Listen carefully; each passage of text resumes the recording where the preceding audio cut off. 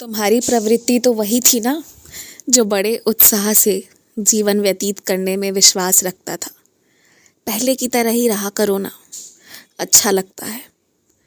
तुम्हें जो कष्ट मैंने जीवन में दिया है, जिन अभावों में मैंने रखा है, ऐसा नहीं है कि मैं खुश हूं तुम्हें उस स्थिति में रखकर। अक्सर मुझे बुरा लगता है तुम्हारे जीवन के अभाव को देखकर। लेकिन तुम्हें पता है, तुम्हारे अंदर जो इतनी सुंदर भक्ति है, इतना सब कुछ है जो इतना अलग है, इतना अलौकिक है, इतना दिव्य है, वो उसी के कारण है। जिसके पास सब कुछ होता है ना, उसके पास सबसे बड़ी चीज की कमी होती है, वो है समझ की कमी। वो व्यक्ति किसी भावना को नहीं समझ सकता। तुम्हारे पास कुछ चीजों का अभाव है तो तुम सब समझ पाते हो, सब देख पाते हो, सब हो पा रहा है तुमसे। थोड़े बहुत जीवन में अभाव सबके होते हैं, सो तुम्हारे पास भी है।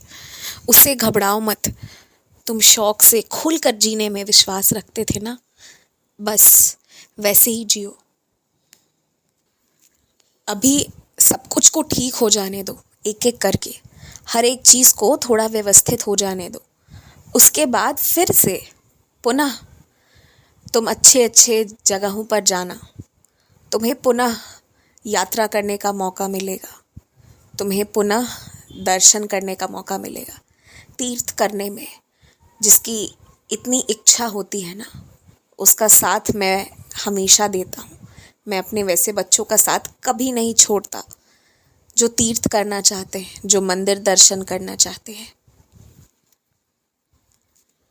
लेकिन अगली यात्रा जहाँ से भी तुम चाहो वहाँ पहुँचा दूंगा, वहाँ से शुरू कराऊंगा। लेकिन शुरुआत तो होगी अयोध्या से। अयोध्या मेरी मर्जी से शुरू होगी, फिर तुम जहाँ से कहो वहाँ से तुम्हारी इच्छा अनुसार आगे की यात्राएं होंगी। पर सबसे पहले तुम जाओगे अयोध्या।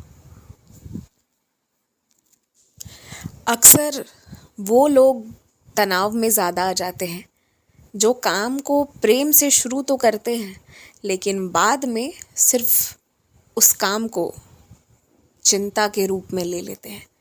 जो उस काम को सिर्फ पैसे के लिए करना बाद में शुरू कर देते हैं ना, जो भूल जाते हैं कि उसमें उनका दिल भी लगता था। तो जब ऐसी स्थिति आती है ना, तभी जाकर इंसान तनाव में काम करता है और फिर बीमार होता है।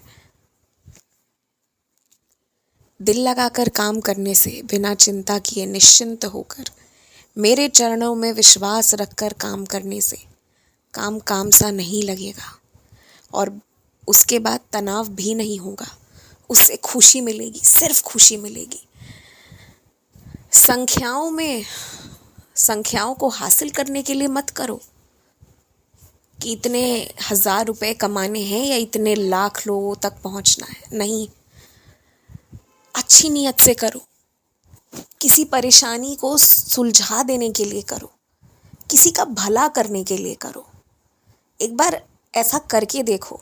जब किसी काम को बहुत अच्छी नीयत से करोगे ना, कि तुम्हारे उस काम से कोई परेशान व्यक्ति खुश हो जाए, उसका जीवन आसान हो जाए, या तुम्हारे काम के कारण वो व्यक्ति अपना काम अच्छे से कर पाए, उसका परिवार खुश हो जाए।